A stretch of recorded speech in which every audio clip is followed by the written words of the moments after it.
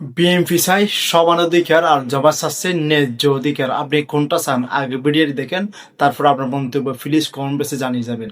বিএনপির নীলোফার চৌধুরী মনি আপা খুব চমৎকার ভাবে বিএনপির চিন্তা ভাবনা গুলো তিনি শেয়ার করেছেন এবং তিনি বলছেন সমান অধিকার।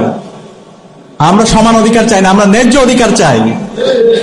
সমান অধিকার দিয়ে কি করবো? একজন যে সুস্থ আবার যে একজন অদম্য মেধাবী, তার দুজনের মধ্যে তো সমান অধিকার দিয়ে লাভ নাই। আমার ন্যায্য অধিকার, আমার অধিকার নিশ্চিত করা, আমার খাদ্য, বস্ত্র, বাসস্থান, শিক্ষা, চিকিৎসা এবং আমার সব ধরনের অধিকার নিশ্চিত করা এটা রাষ্ট্রের দায়িত্ব, আমার এই প্রতিষ্ঠানের দায়িত্ব।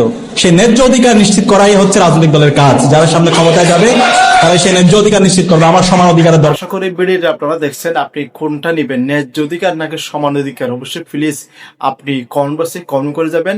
আর অবশ্যই এই ভিডিওটা সবার উদ্দেশ্যে শেয়ার করে দিবেন। অবশ্যই সবাই যেন ভিডিওটি যেন দেখতে পারে।